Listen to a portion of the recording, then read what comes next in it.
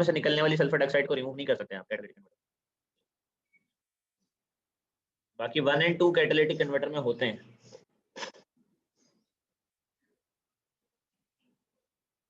तो सर ये बी बनेगा ना? 1 और 2 इज बी जी।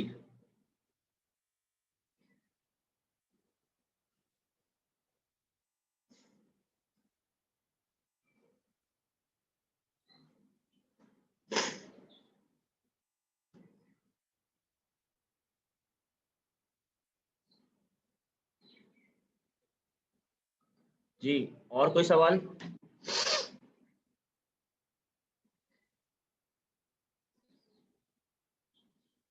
जी फला कुछ और पूछना है आपने? सर मुझे थ्योरी से पूछना है। जी पूछें।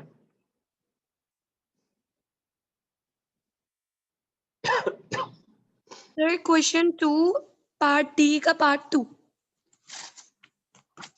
Question 2 D2 when calcium hydroxide reacts with compounds containing the ammonium ion a gas is produced।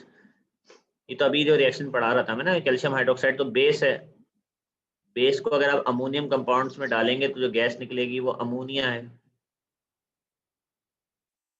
ठीक है, तो आप इसकी एक्सप्लेनेशन लिखेंगे कि होता ये है कि अमोनियम आयन बेस के OH से रिएक्ट करती है, अपना H उसको दे देती है।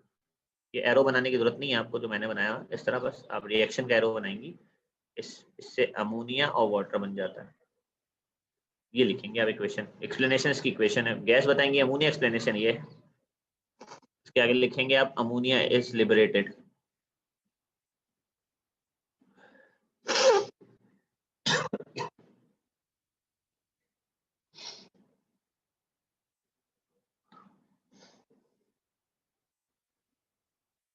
सर यही एक्सप्लेनेशन क्वेश्चन 3 के सी के पार्ट 2 में भी होगी ना?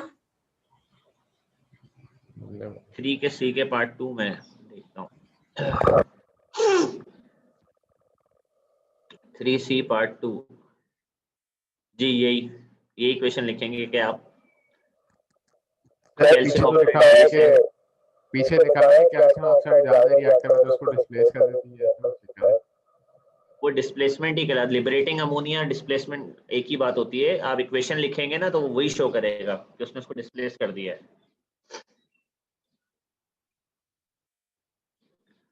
यही काउंट होती है स्टेटमेंट, जब आप किसी भी बेस से रिएक्ट करेंगे। असल में NH3 NH4 बनता ही तब है जब वो H पॉजिटिव गेन कर ले, वो NH4 बन जाता है। अब उससे दोबारा NH3 बनाने का मतलब है उससे H+ को वापस लेना। अब इसको H+, इससे H+ वापस कोई ना कोई बेस लेती है। तो जब आप किसी बेस से रिएक्ट करते हैं तो इसका H+ बेस के पास चला जाता है और NH3 लिबरेट हो जाती है। तो जब आप ये इक्वेशन लिख रहे हैं कि NH4 reacting with calcium oxide producing NH3 plus water plus calcium 2 positive ion, तो इसका मतलब यही है कि इसका H इसके पास जा रहा है।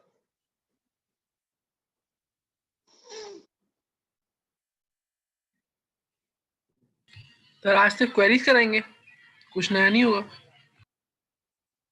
बेटा अभी तो पहले बच्चे क्वेरी पूछ रहे हैं, क्योंकि हमने ये डिसाइड किया था कि ऑनलाइन क्लासेस में कोशिश करेंगे कोई नया टॉपिक ना पढ़ें, क्योंकि हमारे पास वैसे हफ्ते में 4 क्लासेस में से 3 तो ऑन कैंपस हो रही हैं, 1 ऑनलाइन है।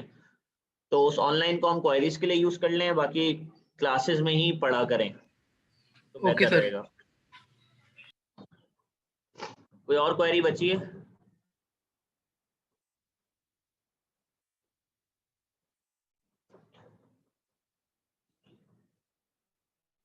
अच्छा आज एक क्वेश्चन आया है, क्या लिखा हुआ है? थ्योरी का 1B का 2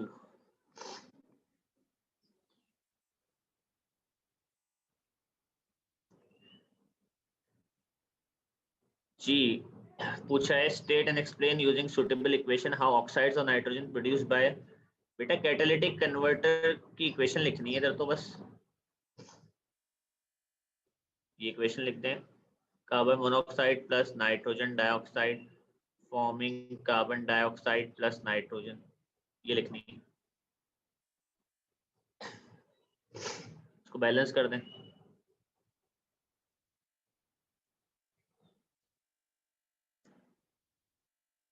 जी इखलास भाई।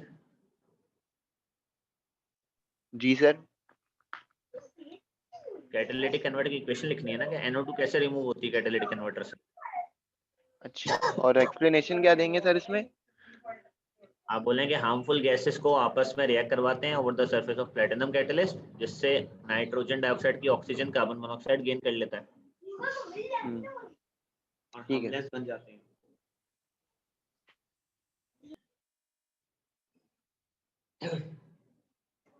कार्बन मोनोऑक्साइड ऑक्सीडाइज होता है, नाइट्रोजन डाइऑक्साइड रिड्यूस हो रहा है।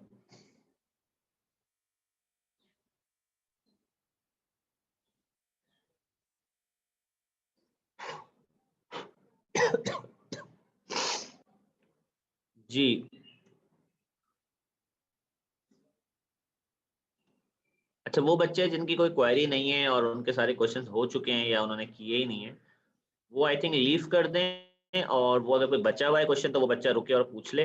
बाकी कल जब आप आएंगे क्लास में तो इंशाल्लाह हमारे पास थर्सडे और फ्राइडे 2 दिन हैं क्लासेस कंटिन्यूस, तो दोनों में हम रिएक्शन काइनेटिक्स स्टार्ट करेंगे, ठीक है।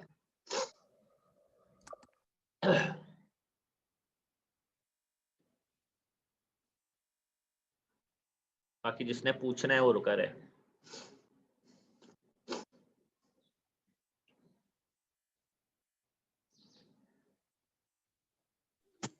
सर मुझे क्वेश्चन 4 का पार्ट 4 पूछना है। थ्योरी में जी सर। सर उसमें सिर्फ इतना लिखेंगे कि NO2 lowers the activation energy।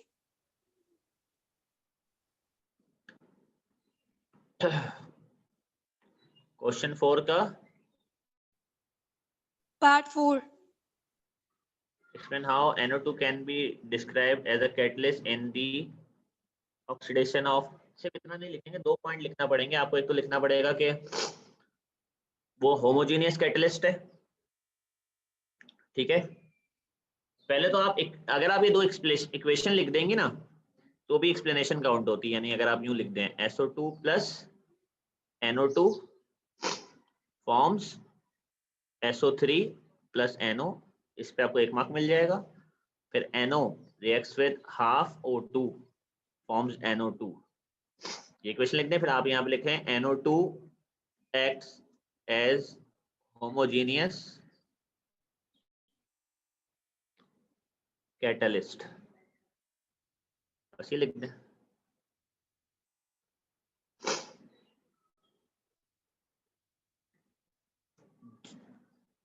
Homogeneous catalyst लिख दें बस आप। होमोजेनियस का वर्ड तो अभी आपको इंट्रोड्यूस करना बाकी है मुझे। NO2 act as a catalyst लिख दें बस।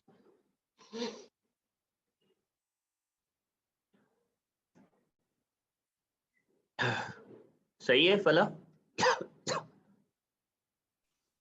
जी सर। अच्छा, मुद्दस्सिर क्या पूछ रहे हैं भाई? मुद्दस्सिर पूछ रहे हैं क्वेश्चन 2B1।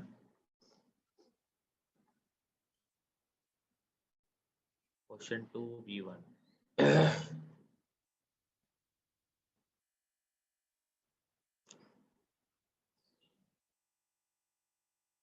इसमें आप ये लिखेंगे ना कि नाइट्रोजन में ट्रिपल कोवलेंट बॉन्ड होता है जो कि बहुत स्ट्रांग होता है, और उसको तोड़ने के लिए जो एनर्जी होती है, हाई एनर्जी, वो आती है लाइटनिंग स्ट्राइक से।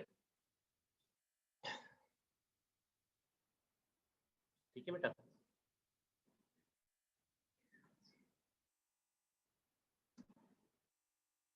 जी मुदस्सिर।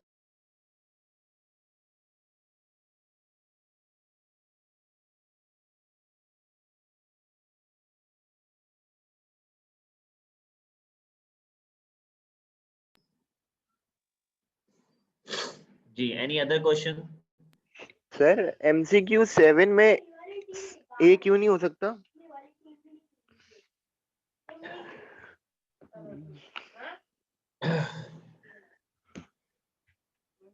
एम्बर प्रोसेस में टेम्परेचर हाई करते हैं ना तो यील्ड कम हो जाती है। हाई यील्ड बेहतर नहीं होती, यील्ड कम हो जाती है। तो उससे अमोनिया की यील्ड कम हो जाएगी ना टेम्परेचर बढ़ाने से? जी। अच्छा, फिर तो यील्ड किसे कहते हैं? Amount sir. तो रिवर्सिबल रिएक्शन है ना। टेम्परेचर बढ़ाने से वो साइड फेवर होती है जो एंडोथर्मिक होती है, अमोनिया वाली साइड तो एक्सोथर्मिक है, वो कम हो जाएगी। सही सही।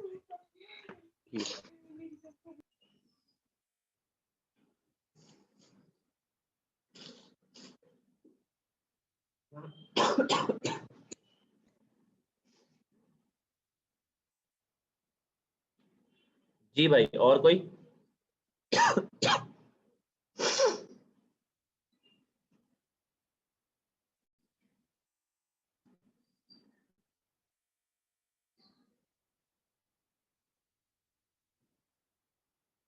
जो बच्चे शाम में क्लासेस ले रहे हैं ना, असल में मेरी आजकल तबीयत सही नहीं है तो अगर मेरी तबीयत सही हुई तो मैं आज क्लास ले पाऊंगा शाम में, वरना मैं नहीं ले पाऊंगा। ठीक है बेटा, फिर मैं आपको, आप मुझसे मैसेज करके पूछ लीजिएगा। ठीक है, चलें भाई, आज की क्लास पे यहीं रोकते हैं। अपना ख्याल रखें, कल मिलेंगे। अल्लाह हाफिज।